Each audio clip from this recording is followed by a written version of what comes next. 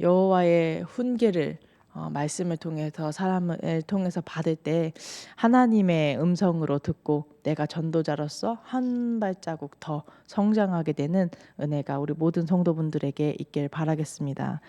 사람들은 눈에 보이는 것이 다라고 생각하고 살아갑니다. 그래서 눈에 보이는 것을 얻으려고 자신의 모든 것을 투자합니다. 근데 하나님께서는 분명하게 말씀하고 계십니다. 사람의 길은 여호와 앞에 있다고. 그래서 사람들은 사람의 인정만 받으면 된다라고 생각합니다.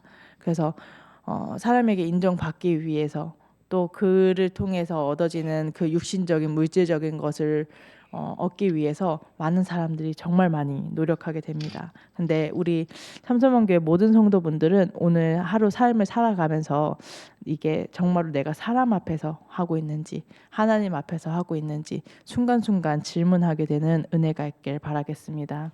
그래서 하나님이 사람들은 모르지만 사람들은 안 보고 있지만 이게 하나님께서 보고 계신다. 내가 정말로 하나님 앞에서 하고 있느냐라고 질문을 했을 때 모든 것은 바뀌게 됩니다. 아, 그래, 내가 하나님 앞에서 하고 있지 않구나. 내가 사람의 눈만 가리는 식으로 하고 있구나라는 것이 되어지면 모든 것이 변하게 됩니다. 그냥 그것만 하면 되니까 그 정도만 그렇게 사람을 만족하는 정도만 하지만 하나님 앞에서 하게 된다라고 했을 때 지금 당장은 표가 안 나는 것 같고 사람들도 모르는 것 같지만 그 영적인 응답과 그 영적인 상태는 반드시 전달되어지게 됩니다. 또 하나님 앞에서 서고자 하는 그 중심을 하나님께서는 기뻐하셔서 또 응답의 자리로 또 사람을 살리는 자리로 하나님께서 계속 지혜를 주시고 명철을 더하시는 것입니다. 그래서 정말로 지혜 중에 지혜인 하나님의 말씀 앞에 서기를 항상 주의하는 우리 성도분들 되시길 바라겠습니다. 정말로 항상 말씀 앞에 설 수 있도록 내가 정말로 말씀의 흐름 가운데 있는가, 정말로 내가 말씀의 흐름 가운데 있지 않지는 않은가, 말씀을 놓치고 있지는 않은가를 주의하여서 항상 하나님 앞에 서는 것입니다. 정말 하나님께서 이번에 성취하시고자 하는 그 언약대로 내가 인도받고 있는 것인지 하나님의 은혜를 구하는 것입니다. 그래서 명철의 귀를 기울이라 하나님께서 말씀하셨습니다. 하나님의 음성에 귀를 기울이는 것입니다. 하나님의 말씀을 통해서 하나님의 음성을 듣기도 하지만 사람의 말을 통해서도 하나님의 명철을 얻을 수 있도록 귀를 기울이는 것입니다. 그래서 하나님께서 저번 주에 뭐라 말씀하셨냐면 듣는 마음이라고 하셨습니다. 듣는 지혜. 우리에게 그 듣는 지혜와 듣는 마음이 없는 줄 아시고 하나님께서는 반드시 필요하기 때문에 우리에게 언약을 허락하셨습니다. 듣는 마음을 줄 것이다. 듣는 지혜를 줄 것이기 때문에 언약 붙잡고 기도해라. 왜냐하면 이 사람 살리는 이 지혜와 명철이 너무나도 중요하기 때문에. 그래서 하나님 앞에서 모든 소리와 모든 말들을 가지고 하나님 앞에 나아가는 것입니다. 심지어 하나님께서 그렇게까지 말씀하셨습니다. 이상한 소리, 틀린 소리도 들을 줄 알아야 된다. 그 속에 답이 있다.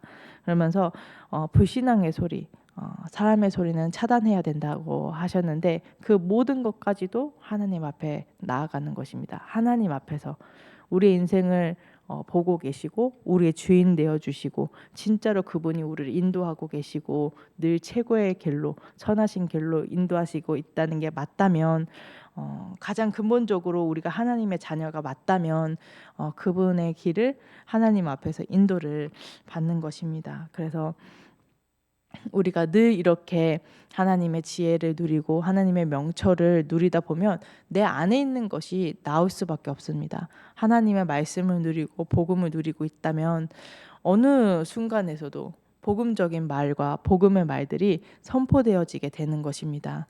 하나님의 종들은 하나님의 사람들의 말은 힘이 있어서 성취됩니다. 내가 기도의 사람이다.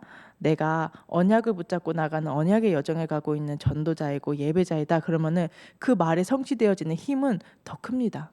그렇기 때문에 우리가 언약 안에 있으면서 내 말을 항상 조심하라 라고 하나님께서 말씀하고 계시는 것입니다. 왜냐하면 우리는 살리는 전도자들이기 때문에 내가 불신자이고 또는 구원은 받았지만 그냥 뭐 대충 잘 먹고 잘 살고 하나님의 축복 받아서 내가 대충 그렇게 살겠다라고 하면 그냥 대충 살면 되는데 하나님께서 나를 전도자로 또 예수님 재림하실 때까지 이 그리스도의 언약이 생명으로 후대들에게 전달되어져야 되기 때문에 남은 자로 부르신 게 맞다면 정말로 하나님께 언약을 붙잡고 기도하는 것입니다.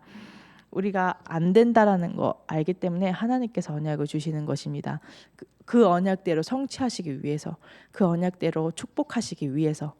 그래서 진짜로 모든 사단의 유혹에서 자유롭고 그 속에서 사단의 유혹에 빠져서 죽어가는 영혼들을 살리는 증인들 되시길 바라겠습니다. 그래서 사단이 말하는 현장에 나가 보면은 다 이제 불신자들 다 이렇게 사단에게 속고 있고 사단이 세워놓은 망대를 가지고 살아가고 있죠. 근데 그 말 들어보면 다 맞는 소리 같습니다. 세상 사람들이 말하는 복, 세상 사람들이 말하는 좋은 것. 근데 하나님께서는 그게 꿀 같아 보이고 기름 같아 보이지만 결국에는 쓰게 되고 나를 아프게 될 것이다 라고 말씀하셨습니다. 하나님과 함께 해야 되는 인간이 하나님을 떠나게 됐잖아요. 그 꿀 같은 사단의 말을 듣고 네가 하나님같이 되어 선악을 분별하고 하나님처럼 지혜롭게 될까 봐. 그 달콤한 말에 속아서 아담과 하와가 선악과를 따먹고 온 인류가 아프게 되는, 온 인류가 정말로 겪어도 되지 않은 모든 문제와 고통과 두려움과 어려움이 시작되었습니다. 근데 사단은 지금도 우리에게 이렇게 속이고 있기 때문에 하나님께서 지혜의 말씀을 붙잡으라라고 말씀하고 계십니다. 그래서 순간순간 내 기준을 가지고 나에게 유익한 것, 나에게 좋은 것, 지금 순간 좋아 보이는 것, 육신적인 것, 내가 영적인 것을 선택하고 영적인 것을 누리는 것보다 육신적인 것을 채우는 것, 육신적인 것을 내가 가지게 되는 것, 여기에 1차원적인 것에 사단은 머무르게 하는 것입니다. 그래서 이게 결국에는 나를 아프게 되게 할 것이다. 그래서 모든 인류들이 아픕니다. 정신병원에 막 발악하고 막 몸부림쳐서 정신병원에 입원했다 그래서 정신병자가 아니고 하나님을 떠난 그 모든 순간이 사실은 정신병에 시달리고 있는 것입니다. 신자도 마찬가지입니다. 내가 지금 하나님 앞에 서지 않고 하나님과 함께함을 누리지 않다. 그것이 오래되어지고 그게 나에게 고착화되어지면 나도 모르게 정신병으로 시달리게 되는 것입니다. 그래서 많은 사람들이 이걸 모르고 그냥 내 마음대로 내 뜻대로 돈만 많이 벌 수 있다면 뭐 아프지 않다면 괜찮지 좋지 라고 생각하면서 그 아픈 길로 막 향해 가고 있습니다. 그래서 하나님께서는 그들을 건지기 위해서 그들을 살리기 위해서 111 운동을 허락하시고 24의 언약으로 우리를 축복하셨습니다. 그럼 오늘 하나님께서 주신 말씀을 가지고 24의 축복을 누리는 것입니다. 내가 정말로 하나님 앞에 서고 있는지 하나님께서 주신 마음을 가지고 이 현장을 또 이 사람들을 바라보고 있는지 내가 하나님 앞에 선다면 어떻게 행동해야 되는 건가 모든 작은 것 속에서 하나님의 뜻과 계획을 질문하면서 인도를 받는 것입니다.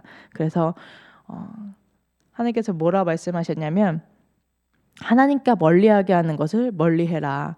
일부러 멀리할 필요도 있는 것입니다. 내가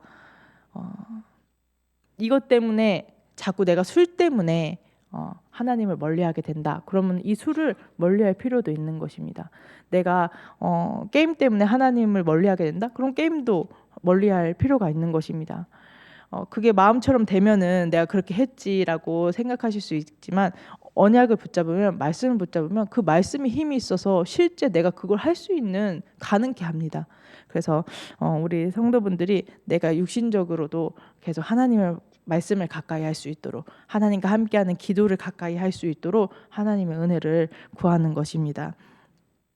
예전에 이렇게 어떤 이렇게 사람을 생각나면 너무 화가 나고 그 사람이 좀 이렇게 잘못됐으면 좋겠고 막 그렇잖아요. 미운 마음을 품으면.